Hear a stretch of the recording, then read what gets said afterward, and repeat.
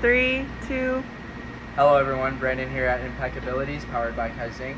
Today I'm going to be going over your flash settings for vests. So our standard is 4 seconds. So in here you're going to go up here and just change it to 3, which it's already changed. And also we're going to go over to our flash here. So the reason that we change these settings, index this over.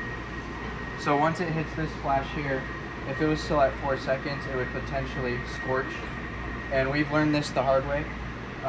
So usually when you keep it at 4 seconds, this will start to tear and just warp due to high temperature. So we're gonna leave that at 3 seconds, and then you're gonna wanna turn off your second flash.